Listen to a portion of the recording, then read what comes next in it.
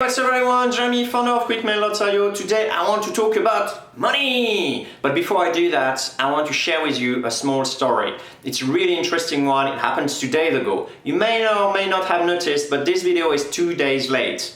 Now usually I won't even mention it, I will just go ahead and tell this is a show. But in this case, I think the story is pretty relevant to the audience, so I'm going to share it.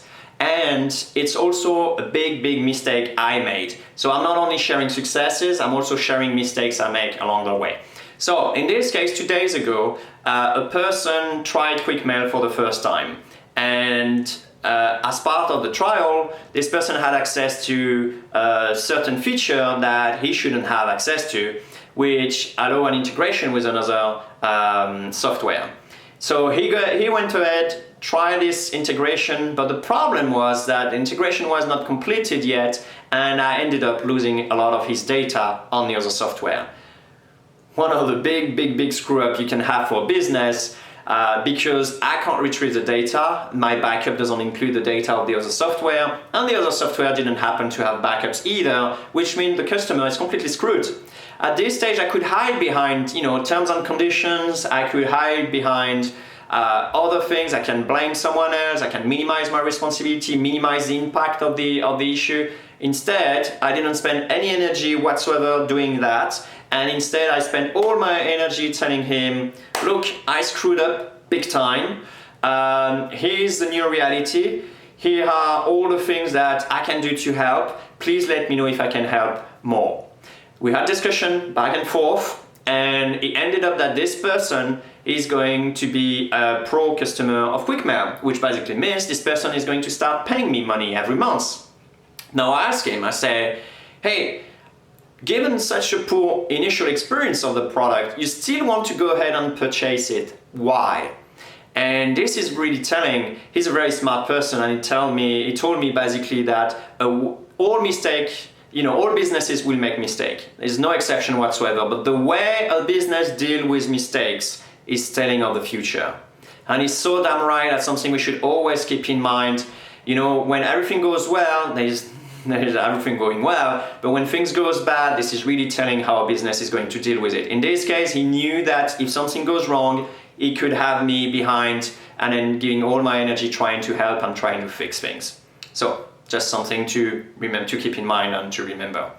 Now, let's talk about money, because money is pretty fun and exciting, at least to me. So, money in a business is oxygen. If you don't have money, you don't have a business. This is just plain simple. It's like oxygen. You can try to hold your breath, but at some point, you're going to need air. It's the same for business. At some point, you're going to need money. Otherwise, it's just a hobby, something on the side, and you're getting money from something else. So, if you want to have money, then you're going to have to be as comfortable talking about money as you are about talking about the weather. Let's say today it's beautiful weather, it's sunny outside. You should be as comfortable saying that you should be saying, hey, given this benefit and how much it will help you into your business, you think $50 a month is reasonable to ask you. You should be as comfortable saying that than you are talking about the weather. Okay, you can be a really odd person not being comfortable talking about the weather outside, but hopefully you get my point. Now, there's a few things that entrepreneurs do badly, and basically they're all methods to delay the money discussion side.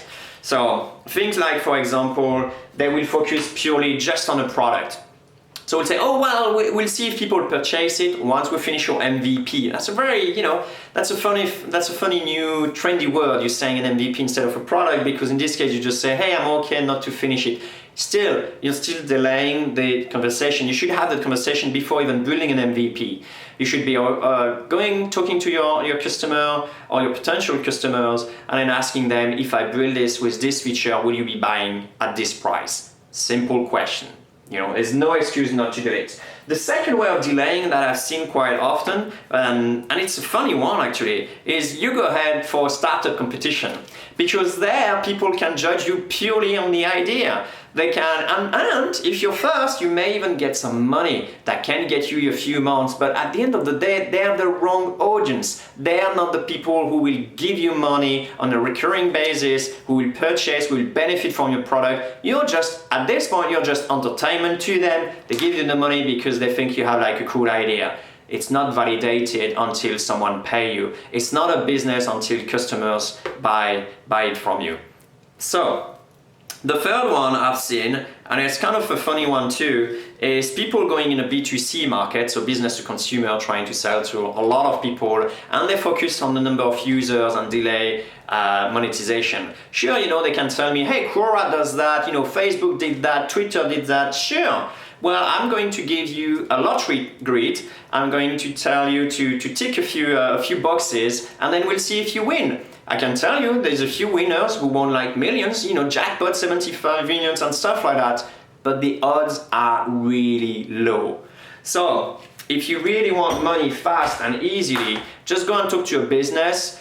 Be as comfortable as talking about money that you would be about talking about the weather. Hopefully, if you're talking with another business, they also are comfortable talking about money, which make the conversation flow even nicer.